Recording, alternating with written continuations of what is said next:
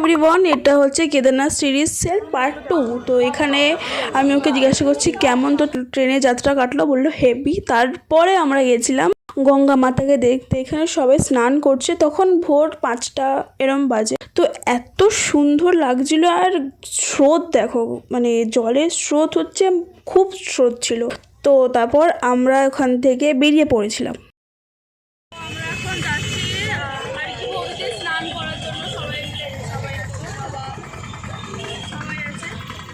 এখান থেকে বেরিয়ে তারপর আমরা যাচ্ছি হারকি পৌরিতে যাচ্ছি হচ্ছে আমরা স্নান করব। স্নান করার জন্য যাচ্ছিলাম। যে এখানকার জানো তো রাস্তাঘাট বেশ সুন্দর ছিল, পরিষ্কার ছিল, আর খুব ভালো লাগছিল, কিন্তু প্রচুর ভিড় ছিল। আর এই পাহাড়ের ওপরে ছিল হচ্ছে মনসা মন্দির।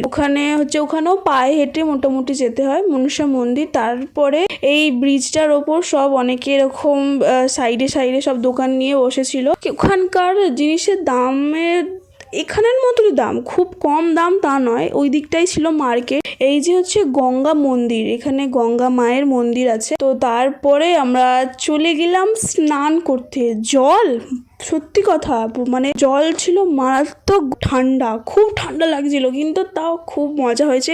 অনেকক্ষণ ধরে চান করেছি সবাই মিলে, যারা গেছিলাম সবাই মিলে চান করেছি। আর জানো তো আমি না ডুব দিতে পারি না, ওই জন্য আমি এমনি হাতে করে ছেটাচ্ছিলাম মাথায়। তো তারপর আমাদের স্নান হয়ে গেছে। স্নান হয়ে যাওয়ার পর এই যে যেখানটা স্নান করেছি তার উল্টো দিকে গঙ্গা মায়ের মন্দির। তারপর আমরা চলে গেলাম মন্দিরে, যেটা গঙ্গা মাতা। খুব ভালো লাগছিল। ওখান থেকে গঙ্গা মায়ের থেকে পুরো ডাইরেক্ট যেখানে আছে না, সোজা এরকম গঙ্গা দেখা যাচ্ছে।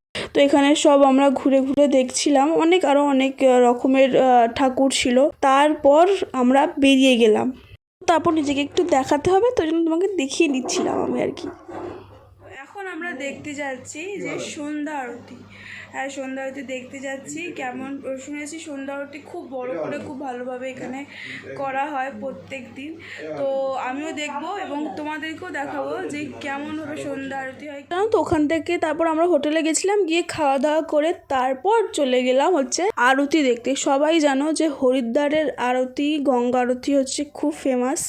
ওখানে হরিদ্বারে যাওয়া মানে এটা তো সবাই দেখবেই, মাস্ট।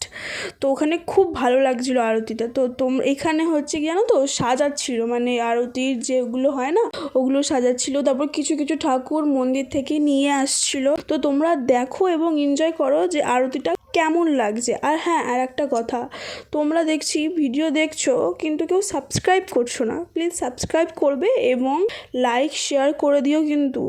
তো লাইক শেয়ারের পাশাপাশি কমেন্ট করে জানিও কেমন লাগছে ভিডিও।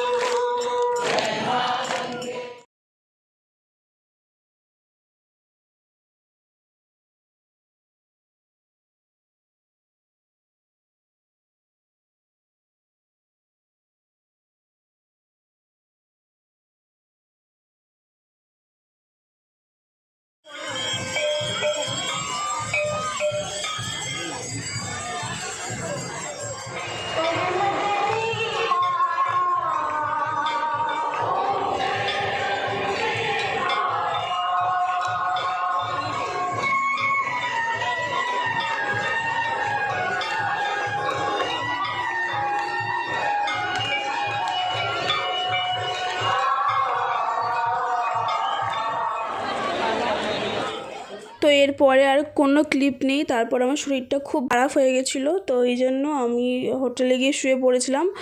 পরের দিনকে আমরা বেরিয়ে পড়েছি কেদারনাথে যাওয়ার উদ্দেশ্যে। তো হরিদ্বার থেকে কেদারনাথ যাওয়ার সময় লাগে মোটামুটি 9 ঘন্টা। যদি ভিড়ভাড় থাকে ওই ধরো 10-11 ঘন্টার সময় থাকে। কিন্তু তোমরা জানলে অবাক হবে, আমাদের সময় লেগেছিল 19 থেকে 20 ঘন্টা। দেখো তোমরা দেখতে পাচ্ছ পেছন থেকে কিন্তু লাইন শুরু গাড়ির, প্রচুর ভিড় হয়েছিল, কিন্তু খুব সুন্দর ভিউ ছিল। তো তোমরা ভিউটা এনজয় করো।